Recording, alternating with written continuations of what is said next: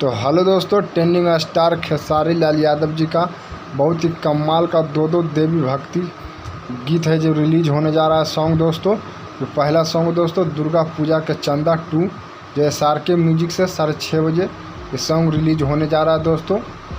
इस सॉन्ग को प्रियंका सिंह और खेसारी लाल यादव जी गाए हैं दोस्तों, और सॉन्ग को है जो लिखे हैं आज़ाद सिंह, और इसमें म्यूजिक बनाए विवेक सिंह दोस्तों। जो बहुत ही कमाल का सॉन्ग है दोस्तों, जो कल सुबह 26 सितंबर को सुबह 6:30 बजे SRK म्यूजिक से रिलीज हो रहा है दोस्तों।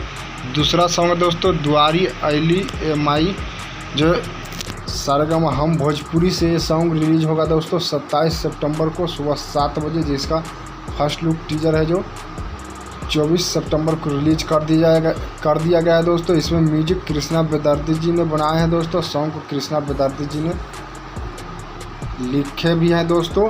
हम बता दें कमाल का सॉन्ग है जो प्रियंका सिंह और खेसारी लाल यादव जी दोनों सॉन्ग को गाए हैं। तो चैनल को सब्सक्राइब नहीं किए तो हमारे चैनल को सब्सक्राइब कर लो दोस्तों।